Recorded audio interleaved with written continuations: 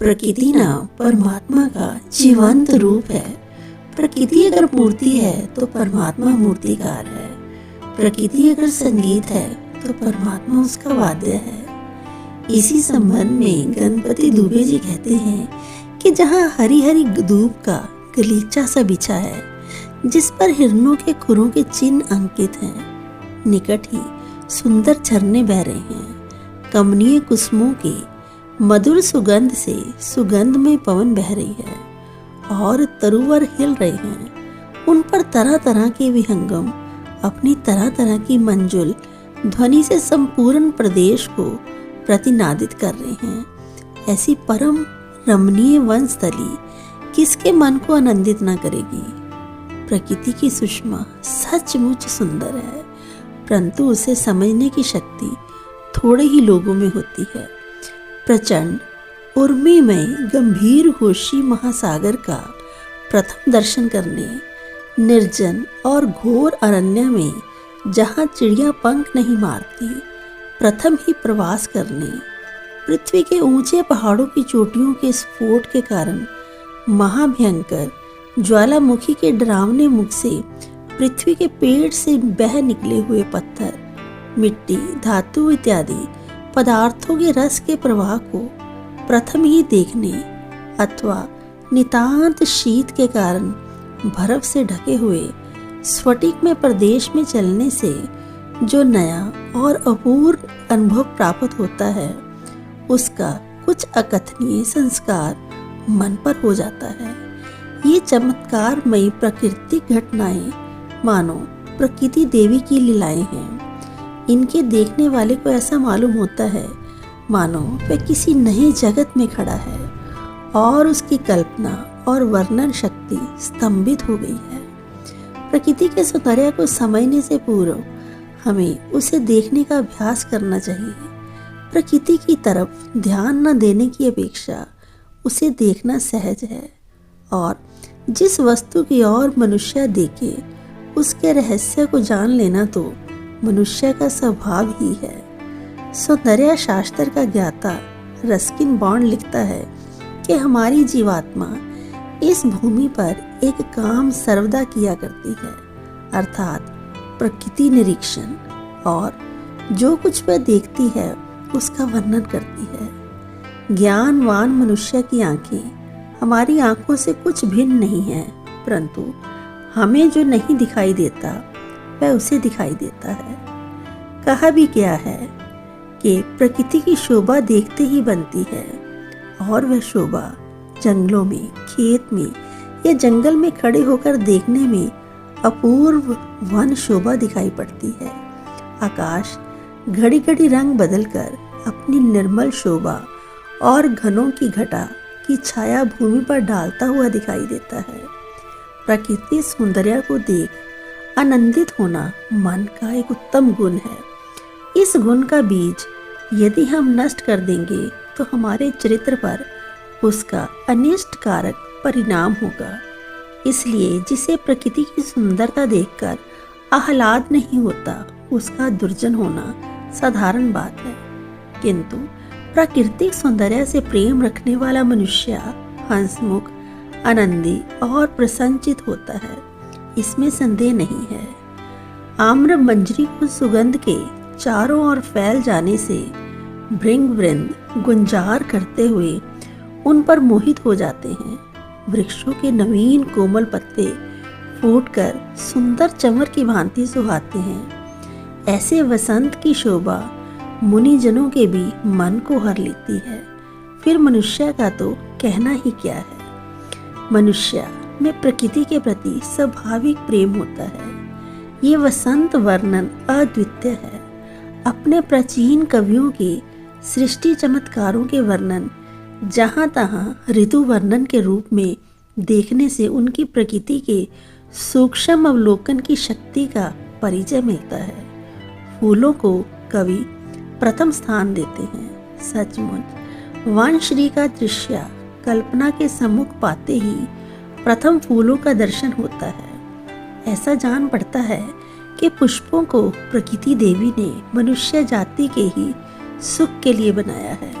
बालक फूलों पर बहुत प्रीति करते हैं। सुंदर और शांतिमय आनंद देने वाले फूलों पर बागवान, कृषक, ऐसे गरीब लोग भी प्रीति करते हैं। ऐश आराम में पड़े हुए विषयी लोग फूल तोड़कर अपने उपभोग में लाते हैं। नागरिकों और ग्रामीणों की फूलों पर एक सी प्रीति होती है। हर एक ऋतु के फूल अलग अलग होते हैं। फूलों के उद्भव का समय बसंत, ग्रीष्म और शरद ऋतु है। तथापि जंगलों में, पहाड़ों में, वनस्थली में, समुद्र तीर पर सर्वकाल में भांति भांति के पुष्प खिलते रहते हैं। कुसुम दर्शन से केवल नयनों को ही सुख नहीं होता, उनसे ज्ञान और उपदेश प्राप्त करने वाले के लिए उपदेश भी मिल सकता है। पुष्पों के मनोहर रंग और विचित्र आकृतियों को देख ऐसा प्रतीत होता है मानो किसी विशेष और बड़े उद्देश्य के लिए ईश्वर ने उन्हें बनाया है। फूलों के समान वृक्ष और लताएं भी बड़ी रमणीय मालूम होती हैं। वे प्राकृतिक सौंदर्य के पोषक हैं। बड़े बड़े वृक्षों में छोटे पुष्प लगते हैं और छोटे वृक्षों और वन लताओं में बड़े फूल आते हैं। उनकी शोभा निराली ही है।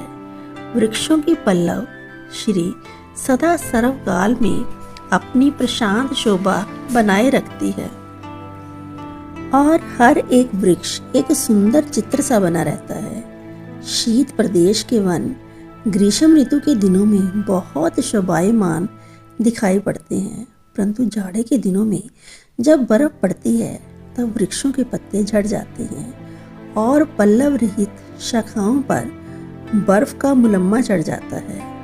वह दृश्य अपने ढंग का निराला होता है। उष्ण प्रदेशों के अरण्यों की और जंगलों की शोभा इससे बहुत भिन्न होती है। वहाँ वृक्ष सीधे, ऊंचे, गगनचुंबी दिखाई पड़ते हैं। नीचे कुछ दूर तक एक बड़ा सरल स्कंद होता है। उसके आसपास का भाग सघन छाया के कारण अत्यंत शीतल और रम्य दिखाई देता है। ऊपर घनी शाखाओं का जाल मेघाडंबर के समान फैला होता है। इन सघन जंगलों में रवि किरणों की अगवानी करने की इच्छा से मानो सब कुछ ऊपर ही को चढ़ता हुआ दिखाई देता है। कुछ जानवर वृक्षों पर चढ़ जाते हैं। पक्षी तो तरुवरों के शिखरों की ऊंची से ऊंची डालियों पर बैठे चहक चहक कर मधुर गीत गाया ही करते हैं। सांप, अजगर से रेंगने वाले प्राणी भी ऊपर चढ़ जाते हैं। बेल और लताएं तो वृक्षों से लिपटती हुई मानो प्रेमालिंगन का सुख उठा रही हैं और ऊपर तक बढ़ी चली जाती हैं। इनकी इतनी अधिक जातियां उष्ण प्रदेशों में होती हैं जितनी अन्य देशों में देखने को नहीं आती। दक्षिण के अरण्यों का वर्णन जो महाकवि भवभूति ने किया है वह उष्ण प्रदेशों की वन शोभा का उत्तम दर्शक है। कितनी ही जंगली जातियां वृक्षों को देवता मानकर पूजती हैं। इसमें कोई आश्चर्य की बात नहीं, क्योंकि जब हम अकेले अरण्यों में जाते हैं तब यदि कोई एक वृक्ष हमसे वार्तालाप करने लगे तो हमें उसका कौतूहल होगा और आनंद भी होगा। दिन के समय किसी घोरतर अरण्य में जाने से एक तरह का भय भी मालूम होता है। जहाँ तरु पल्व श्री का साम्राज्य है वहाँ पानी का स्थान अवश्य ही निकट होता है। नदी, सरोवर, निर्झर इत्यादि जहाँ होते हैं वहाँ की वनज सुंदरता अत्यंत गंभीर होती है। मेघ मंडल से घन उमड़कर नीलाकाश की शोभा बढ़ाते हैं। प्रातःकाल के अंधकार में कोहरे में सरोवर और नदियों का जल स्फटिक के समान चमकीला दिखाई पड़ता है। पानी उद्विग्न जगत का जीवन है। पानी के आधार पर बड़े बड़े मैदान हरे भरे दिखाई देते हैं। पानी के नित्य प्रवाह से नर्मदा नदी के काटे हुए जो संगमरमर के बड़े बड़े पत्थर और पर्वत जबलपुर जिले में भेड़ा घाट के पास खड़े हैं, उनसे अद्वितीय दृश्य और प्रकृति की कार्यकुशलता का परिचय मिलता है। महानदी का दर्शन और विस्तीर्ण सरोवर का अवलोकन थके हुए पांत को विश्राम देता है। जलाशय में अवगाहन अत्यंत श्रमहारक और ताप निवारक है। जलागार के सुख का वर्णन महाकवि तुलसीदास जी ने बहुत सुंदर शब्दों में कहा है। सुंदर, स्वच्छ और गहरे जलाशय में मन माना डूब डूब कर नहाना सुख देता है। वनों पवनों में पाटल पुष्पों की सुगंधि से भरी मंद शीतल पवन आनंद देती है। गहरी छाया में नींद तुरंत आ जाती है और सायंकाल का समय नितांत रमणीय होता है। ऐसे ग्रीष्म काल के दिन होते हैं। समुद्र यात्रा करने वालों को समुद्र बड़ा प्रिय होता है। आकाश की अपेक्षा समुद्र अधिक स्वाधीन और ऐश्वर्यशाली है। समुद्र का किनारा अनंत जीवों से तथा वनस्पति से भरा होता है। उनमें से कितने ही प्राणी ज्वार भाटे की राह देखते रहते हैं और कितने ही ऐसे होते हैं जिन्हें समुद्र की लहरों ने समुद्र से बाहर जोर से निकाल कर फेंक दिया है। समुद्र तट पर खड़े रहने से समुद्र के निकट रहने वाले पक्षियों का कर्णविदारी भयकारी शब्द सुनाई देता है। समुद्र की वायु का स्पर्श होते ही शरीर में फुर्ती पैदा होती है और काम करने की इच्छा आती है। समुद्र का स्वरूप सदा बदलता रहता है। प्रातःकाल से सायंकाल तक उसमें कितने ही उलटफेर होते रहते हैं। कल्पना कीजिए कि हमारा निवास समुद्र तट पर है और हम अपने मकान की खिड़की में से बैठे हुए नीचे देख रहे हैं। खिड़की के नीचे ही छोटा सा मैदान है और उसके आगे पृथ्वी नीचे होती चली जाती है। सामने कोसों की दूरी तक पीली रेत के सुंदर टीले बने हुए हैं। इधर भगवान मरीचमाली उदित होकर अपनी झिलमिलाती किरणों से समुद्र के विस्तीर्ण प्रदेश को प्रकाशित कर रहे हैं। जैसे जैसे सूर्य नारायण ऊपर आते हैं, समुद्र प्रदेश प्रकाशित होता जाता है। दूर के उन्नत भाग कोहरे के घन पटल से ढक जाते हैं। लगभग 9 बजे के समय समुद्र का रंग फीका होने लगता है। आकाश नीले रंग का होने लगता है और जहाँ तहाँ धुनी हुई स्वच्छ रुई के गालों की तरह फैले हुए बादल दिखाई देते हैं। सामने के पथरीले प्रदेश की तरह में खेत, जंगल, पत्थरों की कानें और परतें दिखाई देती हैं। जहाँ प्रकाश नहीं पड़ता वहाँ का भाग श्यामल छाया में धुंधला पड़ता दिखाई देता है। दोपहर के समय समुद्र अपना रंग बदल लेता है। वह बिल्कुल गहरा नीलांबर पहने दिखाई देता है और सामने के द्वीप में छाया में अरण्य, हरी धूप से भरे मैदान और पीले रंग के खेत साफ दिखाई देते हैं। समुद्र का ये स्वरूप बहुत समय तक नहीं टिकता। अचानक आकाश में बादल छा जाते हैं, हवा जोर से बहने लगती है और तूफान के चिन्ह दिखाई देते हैं। वृक्षों के पत्तों पर गिरती हुई पानी की बूंदों की टप टप आवाज सुनाई देती लगती है और सामने का किनारा मानो तूफान के भय से छिप जाता है। देखते देखते समुद्र का रंग काला हो जाता है। वह खोलता हुआ गंभीर गर्जन करता है। जब वह शांत हो जाता है तब फिर घन नील कलेवर धारण करता है और सूर्य के अस्त होने से पूर्व उस पर धुंधलापन छा जाता है। कभी तूफान समुद्र की शोभा में रात्रि के समय भी भांति भांति के परिवर्तन होते रहते हैं। कभी घना अंधेरा छा जाता है, कभी अनंत तारागणों से शोभित प्रकाश के सामने वह प्रशांत दर्पण की नाई स्थिर दिखाई देता है। कभी चंद्र की सुंदर चांदनी में सारा विश्व धुलकर धवल और शीतल बन जाता है। कभी तूफान के समय आकाश में इंद्रधनुष दिखाई देता है। इस प्रकार ये समुद्र का जो श्यामल सुंदर मनोरम चित्र जो है वो हमारे हृदय पटल पर हमेशा के लिए छा जाता है। हमारे मन में भिन्न भिन्न रंगों के पक्षी, चिड़िया, कीट, पतंग, इंद्रधनुष, आकाश इत्यादि चमत्कारिक पदार्थों की कल्पना होती रहती है। प्रकृति देवी ने हमें जो ज्ञान इंद्रियां दी हैं, ये उसकी हम पर बहुत बड़ी कृपा है, बड़ा उपकार है। कान ना होते और श्रवण की शक्ति ना होती तो संसार का सुरवर संगीत, प्रेमी जनों का मधुर वार्तालाप और वाद्यों की ध्वनि हमारे लिए कुछ नहीं थी। हमारे नेत्रों की रचना में एक तिल भर फर्क हो जाता। तो इस विशाल विश्व का वैभव, पदार्थों के सुंदर आकार, रंगों की चमक दमक, प्रकृति की वन शोभा, इन सब रसनेंद्रियों के अभाव से सुंदर सुस्वाद खाद्य पदार्थ हमारे लिए नष्ट हो जाते हैं। इस प्रकार प्रकृति के संपादित किए हुए संपूर्ण सुख साधनों का उपयोग हमें बिल्कुल ही ना मिलता। इसलिए प्रकृति की सुंदरता में जो मन आसक्त हो जाता है ना, वह बहुत ज़्यादा आनंदित होकर अपने भीतर परमात्मा की उपस्थिति का अनुभव करता है। और फिर आकाश की सुंदरता तो मन को मुग्ध कर देती है। जिस समय मन उदास हो या उद्विग्न हो तो मन को प्रसन्न करने के लिए सुंदर विशाल आकाश मंडल की ओर देखना जरूरी होता है। यदि दोपहर का समय है तो आकाश के नीले मंडप में स्तस्त फैले हुए बादल उसे विचित्र बनाते हैं।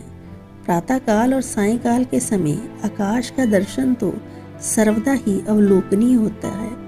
रात्रि का समय है तो आकाश के ऐश्वर्य का कहना ही क्या। वह तेजस्वी तारागणों से भरा हुआ मानो रत्नों से भरे थाल की भांति दिखाई देता है।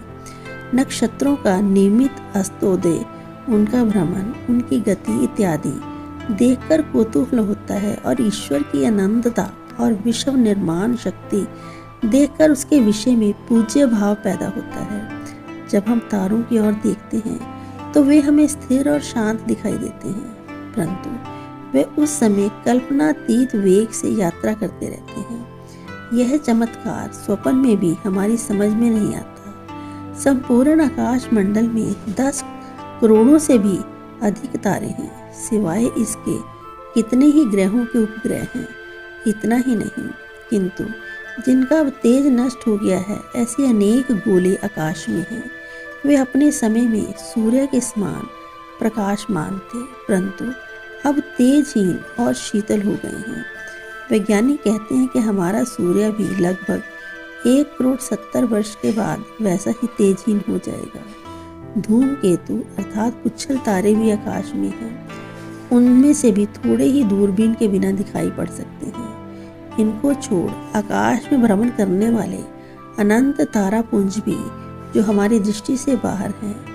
तारों की अनंत संख्या को देख मनुष्य कुंठित हो जाता है। फिर उनके विशाल आकार और एक दूसरे की दूरी का ज्ञान होने पर उसका क्या हाल होता है, उसका पूछना ही क्या। समुद्र अत्यंत विस्तृत और गहरा है और उसे असीम कहने की प्रथा है, परंतु आकाश से यदि समुद्र की तुलना की जाए तो समुद्र क्षुद्र प्रतीत होता है। महाकाय बृहस्पति और शनि की तुलना पृथ्वी से कीजिए तो पृथ्वी बिल्कुल छोटी मालूम होती है, और सूर्य से उन 2 ग्रहों का साम्य किया जाए तो सूर्य के सामने वे बिल्कुल छोटे दिखाई देते हैं। संपूर्ण सूर्यमाला से यदि अपने नित्य के सूर्य की तुलना की जाए तो वह कुछ भी नहीं है। सीरियस नाम एक ग्रह इस सूर्य से भी हजारों गुना विशाल और लाखों कोस दूर है। यह सूर्यमाला आकाश के एक छोटे से प्रदेश में घूमती रहती है। इस सूर्यमाला के चारों ओर दूसरी ऐसी कई बड़ी बड़ी ग्रहमालाएं भ्रमण कर रही हैं। नक्षत्रों में कितनी दूरी पर हैं कि प्रकाश की गति 1 सेकंड में 1,80,000 मील होने पर भी उनका प्रकाश हमारी पृथ्वी तक पहुंचने के लिए बरसों का समय ले जाता है। इस अनंत और सुंदर और असीम प्रकृति का वर्णन जो है वो हमारे मन को अनायास ही अपनी तरफ खींच लेता है। चमत्कारों का पता लगाया जाता है, परंतु उसका पार नहीं पाया जा सकता। ये चमत्कार चित्त को हरने वाले और मनुष्य के अनंत प्रवाह के नित्य बहने वाले झरने हैं। इसलिए इन चमत्कारों के अनुभव से संसार के क्षुद्र दुख और बाधाओं की परवाह नहीं करनी चाहिए और मन को प्रकृति के सौंदर्य, उसकी महिमा, उसके आशीर्वादों से अपने आप को सरोवर करते रहना चाहिए।